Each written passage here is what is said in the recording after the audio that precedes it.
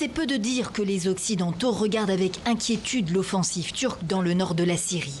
4 jours après le début de l'opération militaire, le secrétaire général de l'OTAN était à Istanbul, rencontre avec le ministre turc des Affaires étrangères.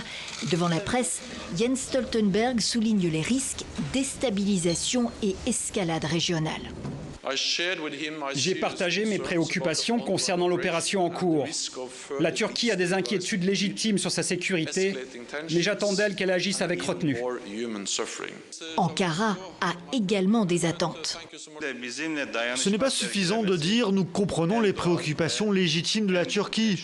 Le moins que l'on puisse attendre de la part de nos alliés, c'est de la solidarité. L'appartenance de la Turquie à l'OTAN ajoute à la crise entre alliés, car les priorités sont diamétralement opposées de part et d'autre. Pour Ankara, il s'agit de chasser les combattants kurdes syriens alliés du PKK et considérés comme terroristes de la zone frontalière turco-syrienne. Pour l'OTAN et les Européens, il s'agit de maintenir sous bonne garde les djihadistes de l'État islamique détenus dans des camps de la région. Nous avons un ennemi commun, Daesh. Nous ne pouvons pas risquer de perdre les territoires que nous leur avons repris et il ne faudrait pas que ces terroristes puissent s'échapper. Plusieurs milliers de djihadistes, dont des centaines de francophones. On n'a pas fait tout ça pour en arriver à ce point-là, où certains agissent, font des offensives et d'autres laissent faire. Quelles sanctions, pour quelle efficacité?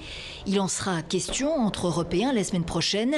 Donald Tusk, lui, n'a pas attendu pour dénoncer le chantage du président turc.